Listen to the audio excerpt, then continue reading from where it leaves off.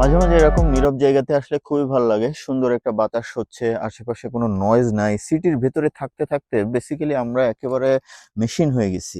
Whatever, life has different stages. যেমন ধরেন আমাদের জন্ম, then our schooling process, that means our learning system, then earning system, then we go for retirement, and after retirement we have another life, that is the reality. And at the same way, any business has some business stages. Basically, a business has 5 stages. Number one, inauguration stage. Number two, growth stage. এই স্টেজে এসে একটা business grow করে, sell বাড়তে থাকে, profit generation হয়, কোম্পানির product line বাড়তে থাকে। কি ব্যাপার, কি কথা বলবো ক্যামেরাতে? একটা ডিওজি সাহেব আসছে, ক্যামেরায় গুঁতো দিও না ভাইয়া। হোয়াটএভার, গ্রোথ স্টেজের পরে চলে আসে হচ্ছে শেক আউট স্টেজ। এই স্টেজে এসে কোম্পানির সেলও ভালো হয়, কোম্পানির প্রফিটও ভালো হয়, বাট এই স্টেজে এসে কম্পিটিটর মার্কেটে এন্ট্রি নিতে থাকে। দেন এরপরে আসে ম্যাচুরিটি স্টেজ। ম্যাচুরিটি স্টেজে হচ্ছে প্রচুর কম্পিটিটর থাকে, এখানে বিজনেস অনেক স্ট্রাগল ফেস করে।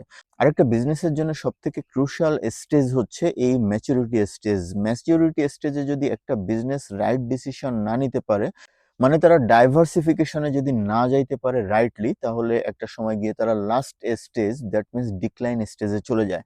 আর যদি ম্যাচুরিটি স্টেজটাকে একটা বিজনেস ওয়াইজলি কাজে লাগাইতে পারে, সেক্ষেত্রে ডিক্লাইন স্টেজে তারা যায় না, সেক্ষেত্রে তারা মার্কেটে সার্ভাইভ করে এবং বিজনেসের নতুন নতুন এভিনিউ তাদের জন্য ক্রিয়েট হয়।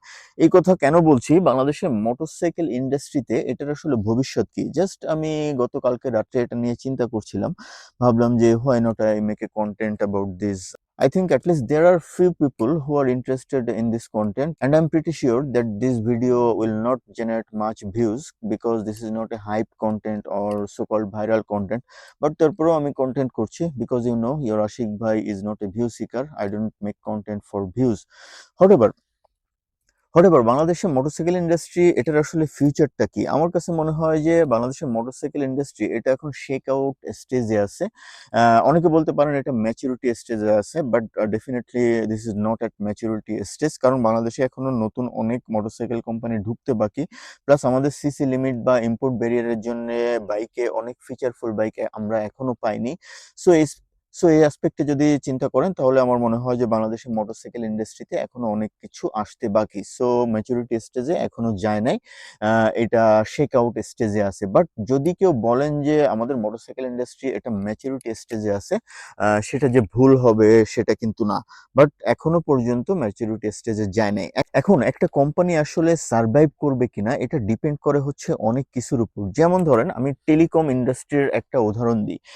একটা সময় টেলিকম ইন্ডাস্ট্রি মিন্স গ্রামীণ ফোন, রবি, এয়ারটেল, বাংলা লিংক, এই কোম্পানিগুলো, এদেরকে টেলিকম কোম্পানি বলা হয়। এই টেলিকম কোম্পানিগুলো একটা সময় শুধুমাত্র সিম সেল করে বিজনেস জেনারেট করতো। এরপরে হচ্ছে মানে ইনিশিয়ালি তাদের টার্গেটই ছিল সিম সেল করা। এরপরে হচ্ছে তারা দেখলো যে সিম সেলের সঙ্গে আমাদের টক টাইমটা অ্যাড করতে হবে, কারণ টক টাইমটা হচ্ছে সিমের সঙ্গে সিম সেল হলো বাট টক টাইম আসতেছে না, তাহলে তো আমার বিজনেস আসতেছে না। তখন সিম সেলের সঙ্গে তারা টক টাইমটাও অ্যাড করে দিল। বাট একটা সময় গিয়ে যখন সোশ্যাল মিডিয়া চলে আসলো, হোয়াটসঅ্যাপ, ফেসবুক মেসেঞ্জার এগুলো চলে আসলো, তখন মানুষ কিন্তু কমিউনিকেশনের একটা ডিফারেন্ট ওয়ে পেয়ে গেল। তখন এই টেলিকম কোম্পানিগুলো দেখলো যে তারা আসলে টক টাইম সেলটা আর করতে পারছে না ওইভাবে, টক টাইম সেলটা অনেক কমে গেছে। তখন সিচুয়েশনটা এমন হলো, তারা কিন্তু তাদের বিজনেসটাকে ডাইভার্সিফাই করে নিয়ে গেল। মানে বর্তমান যে সিচুয়েশনে আছে, বর্তমানে টেলিকম ইন্ডাস্ট্রির মূল বিজনেস ফোকাস কিন্তু ডেটা। এখানে তারা কেন আসলো, কারণ তাদের বিজনেস কিন্তু ম্যাচুরিটি স্টেজে চলে গেছে। ম্যাচুরিটি স্টেজে মিনস ম্যাক্সিমাম লোকের পকেটেই কিন্তু একটা সিম আছে। সো সিম সেলে যদি তারা ফোকাস করে, তাহলে কিন্তু এটা রং হবে, কারণ সবার কাছে সিম আছে। সো আপনার কাছে একটা সিম আছে, সো আপনার কাছে টেলিকম কোম্পানি যদি সিম সেল করতে যায়, আপনি তো সিম কিনবেন না। দেন আসি টক টাইমের ক্ষেত্রে। টক টাইমের ক্ষেত্রে তারা যদি ট্রাই করে, সেটা কিন্তু সাকসেসফুল হওয়ার পসিবিলিটি একেবারে নাই বললেই চলে, কারণ মেসেঞ্জারে মানুষ কল করছে, হোয়াটসঅ্যাপে কল করছে, এছাড়াও বিভিন্ন অ্যাপ আছে, এগুলোতে তারা কমিউনিকেট করছে। সো টক টাইম আর সিম সেল তাদের ফোকাস থেকে সরে আসলো। তারা তাদের মেইন ফোকাস হচ্ছে এখন ডেটা সেল। সো এটা বললাম এই জন্যে যেন মোটরসাইকেল ইন্ডাস্ট্রিটাকে আপনারা একটু শার্পলি বুঝতে পারেন। বাংলাদেশের মোটরসাইকেল ইন্ডাস্ট্রি আমার মনে হয় যে এই শেক আউট স্টেজ থেকে খুব শীঘ্রই হচ্ছে ম্যাচুরিটি স্টেজে প্রবেশ করবে। আর এই জিনিসটা আমার কাছে মনে হয় কিছু কিছু কোম্পানি অলরেডি বুঝতে পারছে। আচ্ছা, একটা জিনিস বলি, ধরেন বাংলাদেশে সেকেন্ড হ্যান্ড বাইকের কথা চিন্তা করেন। এখন আমার ধারণা বাংলাদেশে যদি নতুন বাইক 100টা সেল হয়, তার ভেতরে ধরেন থেকে 45টা হচ্ছে থাকে ইউজ বাইক, মানে টোটাল বাইক সেল যদি হয় 100টা, এর ভেতরে প্রায় 40-45টা থাকে হচ্ছে পুরনো বাইক, আর বাকিগুলা হচ্ছে নতুন বাইক। সো আস্তে আস্তে কিন্তু সেকেন্ড হ্যান্ড বাইকের মার্কেট বাড়তেছে, মানে নতুন বাইকের সেল আস্তে আস্তে ফিক্সড হয়ে যাচ্ছে বা অনেক কমে যাচ্ছে। এবং একটা সময় দেখা যাবে যে ইউজ বাইকের সেলই বেশি হচ্ছে, নতুন বাইকের সেল অনেক কম হচ্ছে ইউজ বাইকের তুলনায়। এর পাশাপাশি আমার মনে হয় 3 থেকে 5 বছরের ভেতরে বাংলাদেশে ই বাইক গুলো একটা বড় জায়গা দখল করে নিবে। যখন ই বাইক গুলোতে আপনি লং রেঞ্জ পাবেন, চার্জ ফ্যাসিলিটি পাবেন, কনভেনিয়েন্ট চার্জ ফ্যাসিলিটি পাবেন, খুব ফাস্ট চার্জিং ফ্যাসিলিটি পাবেন, তখন ই বাইকও একটা বড় জায়গা দখল করবে। সো মোটরসাইকেল ইন্ডাস্ট্রি গুলা দিন দিন কিন্তু খরচ বাড়তেছে। সো এই খরচের সাথে তাল মিলিয়ে তারা কিন্তু ওইভাবে সেল জেনারেট করতে পারবে না। তাদেরকে সার্ভাইভ করতে গেলে তাদের বিজনেস কিন্তু ডাইভার্সিফাই করতে হবে। আর এই বিজনেস ডাইভার্সিফিকেশনটা তারা কিভাবে করতে পারে? আপনারা আপনারা ইয়ামাহার দিকে তাকান। অনেকে চিন্তা করেন যে ইয়ামাহা সার্ভিস এবং স্পেয়ার পার্টস এটা অনেক বেশি ফোকাস করতেছে। কেন? Definitely this is the reason. কারণ বাইক সেল করে তাদের খরচ উঠানো আস্তে আস্তে ডিফিকাল্ট হয়ে যাবে। যে কারণে তারা আস্তে আস্তে স্পেয়ার পার্টস এবং সার্ভিস সেল এইখানে ফোকাস দিবে। ওই যে টেলিকমের কথা যেমন বলছিলাম, তারা বিজনেস ডাইভার্সিফাই করে ডেটাতে চলে আসছে। প্রথমে হচ্ছে সিম সেল করতো, এরপরে টক টাইম, তারপরে হচ্ছে ডেটা সেলে চলে আসলো। ঠিক সেম ওয়েতে আমাদের মোটরসাইকেল কোম্পানিগুলো এক সময়, কি বস, তোমরা কি কথা বলতে দিবা না? গ্যাঞ্জাম করো না ভাই, আওয়ামী লীগ বিএনপির মতো গ্যাঞ্জাম করো না।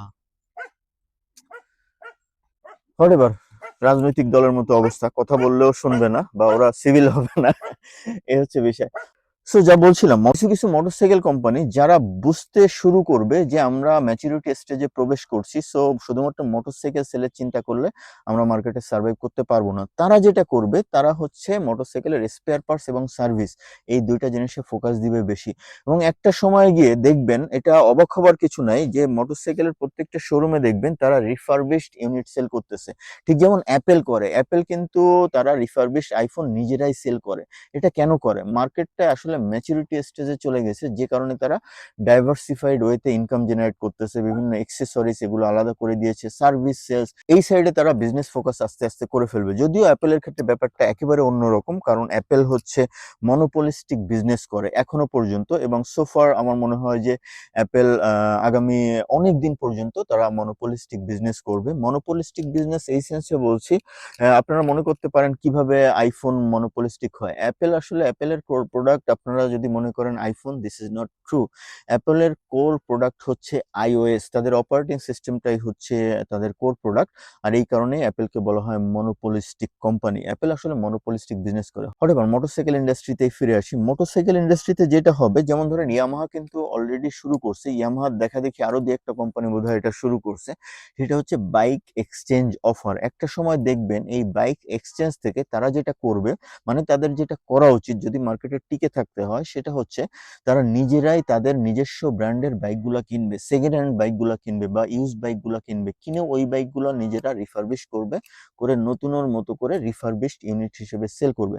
সো এইখান থেকে তারা একটা বিজনেস জেনারেট করবে। সো ইন ফিউচারে এটা বলতে পারেন প্রত্যেকটা কোম্পানি হচ্ছে রিফারবিশড ইউনিট বা সেকেন্ড হ্যান্ড বাইক সেল করবে, নিজস্ব সেকেন্ড হ্যান্ড বাইক। সো তারা যখন নিজেরা রিফারবিশড ইউনিট করে সেল করবে কোম্পানিগুলা, তখন আপনি সেকেন্ড হ্যান্ড বাইকের দোকানে খুব কম যাবেন বা খুব কমই যেতে চাইবেন। সেক্ষেত্রে সেকেন্ড হ্যান্ড বাইক যারা ইন্ডিভিজুয়ালি সেল করছে, আমার মনে হয় তাদের বিজনেসে যথেষ্ট ইম্প্যাক্ট হবে। কোম্পানিগুলো তো ম্যাক্সিমাম ওয়েতে ট্রাই করবে মার্কেটে টিকে থাকার। সো আমার মনে হয় যে আমি ব্যাপারটা বুঝাইতে পারছি যে মোটরসাইকেল ইন্ডাস্ট্রি আসলে কোথায় যাচ্ছে। ডেফিনেটলি, তবে একটা বিষয় হচ্ছে সব কোম্পানি এখানে টিকে থাকবে তা না। যে কোম্পানিগুলো এইভাবে তাদের ইনকামকে ডাইভার্সিফাই না করতে পারবে এবং ওয়াইজলি চিন্তা না করে এই ডিসিশনগুলো যদি না নিতে পারে, তারা ডেফিনেটলি তারা মার্কেট থেকে ভ্যানিশ হয়ে যাবে। এবং অনেক কোম্পানি আসবে, অনেক কোম্পানি মার্কেটে আসবে দেখবেন এখনো পর্যন্ত, আর যারা আছে এক্সিস্টিং প্রত্যেকটা কোম্পানি দেখবেন যে টিকে থাকবে সেরকম না। কারণ আগামী 5 থেকে 7 বছর বা 8 বছর পরে দেখবেন যে মোটরসাইকেল ইউনিট সেল একেবারে ফিক্সড একটা পর্যায়ে চলে আসছে, বাট ওই পর্যন্ত গিয়ে একটা কোম্পানির যে খরচ যাবে মোটরসাইকেল সেল করে, তাদের আসলে ওই লেভেলের কস্টটা উঠবে না। তখন তাদের ইনকাম ডাইভার্সিফিকেশনের জন্য spare parts, accessories, even after market এক্সেসরিজও তারা সেল করতে পারে। এবং সবশেষে তাদের যে ওয়েটা থাকবে, আমার যেটা ধারণা সেটা হচ্ছে যে তারা নিজেরাই রিফারবিশড ইউনিট হিসেবে সেকেন্ড হ্যান্ড বাইক সেল করবে। আর সেক্ষেত্রে সেকেন্ড হ্যান্ড বাইকের বিজনেসে কিন্তু বড় একটা চেঞ্জ চলে আসবে, এই হচ্ছে বিষয়। হোয়াটএভার, মোটরসাইকেল ইন্ডাস্ট্রি নিয়ে বেসিক্যালি আমি যেহেতু চিন্তা করছিলাম যে ইন্ডাস্ট্রিতে আসলে কোথায় যাবে, এখন তো ম্যাক্সিমাম লোকের কাছেই মোটরসাইকেল আছে, খুব কম লোকই আছে, যেমন ধরেন একটা লোক মোটরসাইকেল কিনতে গেল বা 10টা লোক কিনতে গেল, আপনি তো খোঁজ নিয়ে দেখবেন যে তাদের অলরেডি আরেকটা বাইক ছিল, সেটা সেল করে তারা নতুন একটা বাইক কিনতেছে। সো তারা কিন্তু মোটরসাইকেল ইন্ডাস্ট্রিতে নিউ না, তারা যখন একটা নতুন বাইক কিনতেছে একই সাথে সাথে আরেকটা বাইক, একই সাথে সাথে আরেকটা বাইক সেকেন্ড হ্যান্ড মার্কেটে কিন্তু ঢুকে যাচ্ছে। এইভাবে ইউজড বাইক মার্কেটটা আস্তে আস্তে বড় হচ্ছে। সো ইউজড বাইক বা সেকেন্ড হ্যান্ড বাইক মার্কেটটা এইভাবে একটা সময় নতুন বাইকের থেকেও আরো বড় হয়ে যাবে, মানে সেলটা বেশি হবে। তখন কোম্পানিগুলো ঠিক এই পয়েন্টটা কাজে লাগাবে, যে কোম্পানিগুলো ওয়াইজলি ডিসিশন নিবে, শুধুমাত্র স্পেয়ার পার্টস, অ্যাক্সেসরিজ বা সার্ভিস না। তখন কিন্তু যখন দেখবে যে ইউজড বাইকের সেল মার্কেটে বেশি, তখন তারা এই ইউজ বাইক গুলো নিজেরা কিনবে, নিজেদের ব্র্যান্ডের, ওটা রিফারবিশ করবে, নতুনের মতো করবে, করে নিজেরাই সেল করবে। So I think this is the future of motorcycle industry in Bangladesh. Whatever, এখন একটু দেখাই, চমৎকার একটা জায়গায় আসছি, ক্যামেরাটা খুলি।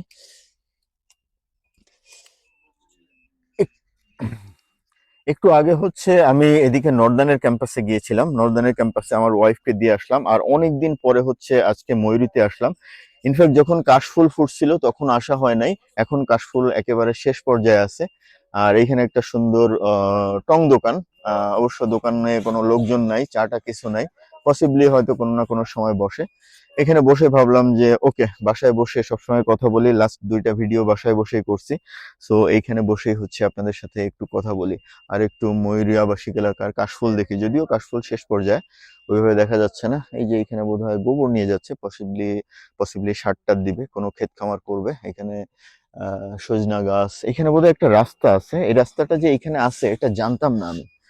এখানে ইনফ্যাক্ট অনেকেই জানতো না, এই গাছগুলো কাটার পরে বোঝা যাচ্ছে এখানে ইটের একটা রাস্তা আছে সামনে, যেহেতু আবাসিক এলাকার কোনো একটা ফ্যাক্ট, তো এখানে একটা রাস্তা আছে। এই পাশে দেখি মাঝে মাঝে অনেকে মাছ ধরতে যায়। ইনফ্যাক্ট যারা মাছ ধরতে যায় আমার খুব ভাল লাগে, মাঝে মাঝে আমি গিয়ে দেখি কি মাছ পেয়েছে কি। অনেকবারই চিন্তা করছি যে এদের সঙ্গে এসে মাছ ধরবো। ইনফ্যাক্ট মাছ ধরা হচ্ছে আমার একটা শখের কাজ। মাছ ধরতে আসলে ভালোই লাগে। আর এই যে কাশফুল খুব একটা নাই, অবশ্য সিনেমাটিক মুডে দেয়া আছে, সো ব্যাকগ্রাউন্ডটা ব্লার। আর ওই যে হচ্ছে বাইক, আমার ফ্রেন্ডের bike. I don't have any bike currently right now. দেখা যাক, সুজুকি ভিএসট্রমটা খুবই পছন্দ হয়েছে, বাট পছন্দ হইলে তো হবে না, বাজেটের একটা ব্যাপার আছে। দাম যেহেতু 4 লাখ প্লাস বা 4 লাখ রেঞ্জে চলে যাবে, সো ওটা কিনতে পারবো কিনা আমি এখনো শিওর না। But my next bike will definitely B adventure bike. Whatever, আপনাদের সামনে আজকে বেসিক্যালি এই ছোট্ট কনভারসেশন করতে আসলাম, কারণটা হচ্ছে এই মোটরসাইকেল ইন্ডাস্ট্রি নিয়ে, যেহেতু বিজনেস নিয়ে অনেক চিন্তা ভাবনা করি, মোটরসাইকেল ইন্ডাস্ট্রির আসলে ফিউচার কোথায় বা এটা কোথায় যাইতে পারে। আমি যে বিষয়গুলো বললাম এই বিষয়গুলোর সাথে আপনারা একমত কিনা প্লিজ কমেন্ট করে জানান। তাহলে আজকের মতো রাখছি, টাটা, বাই বাই।